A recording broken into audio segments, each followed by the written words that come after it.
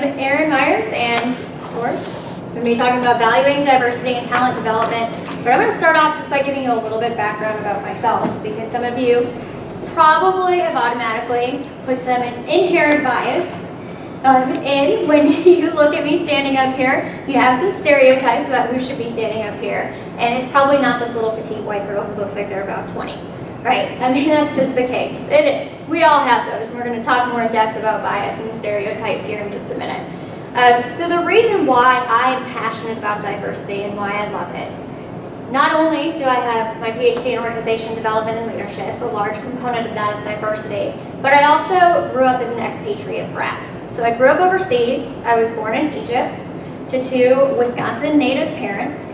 And we ended up moving every 2 to 3 years. Sometimes we were in one place for 6 years. That was a rare occurrence. But we moved all over the world. And I got to experience a bunch of different cultures in my youth, a lot of different languages, different types of people, different religions, and I really loved that. I would be asking my dad when we were moving again. I loved that. My sister, on the other hand, was a homebody, and she would cry every time my dad said that we were going to be moving again. And then there was me on the other side of the spectrum. So I really enjoyed that. I learned to adapt really quickly to different types of environments. And I will tell you, I moved back to the States my senior year of college to a small itty-bitty town in northern Wisconsin called Eagle River, Wisconsin, population 1,100, and it's in the middle of nowhere. Nowhere. There's no diversity there, right? I mean, everybody looks exactly the same. In fact, they all look just like me. But that was the first time in my life that I experienced true culture shock. It was rough. It was really rough. I didn't understand anybody. I didn't feel like I had anything in common with anybody. It was a totally different experience. I even had someone come up to me and say, "Erin, I have no idea what you're saying. I literally do not understand the words coming out of your mouth," because I just had a different vocabulary.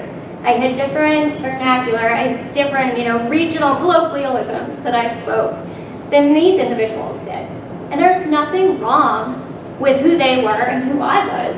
It's just that we had different upbringings. We were from different backgrounds, different cultures, really.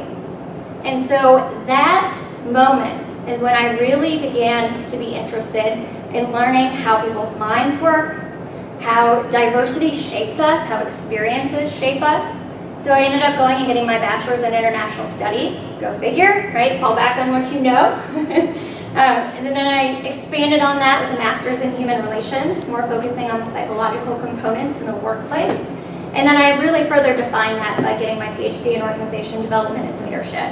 And my dissertation was on managing misrecognition in multilingual organizations. So a really focused diversity topic. And that's really where my passion comes in, is from that diversity. So that gives you an idea of why I'm passionate about the subject and what I've done to experience and continue to learn on the topic of diversity.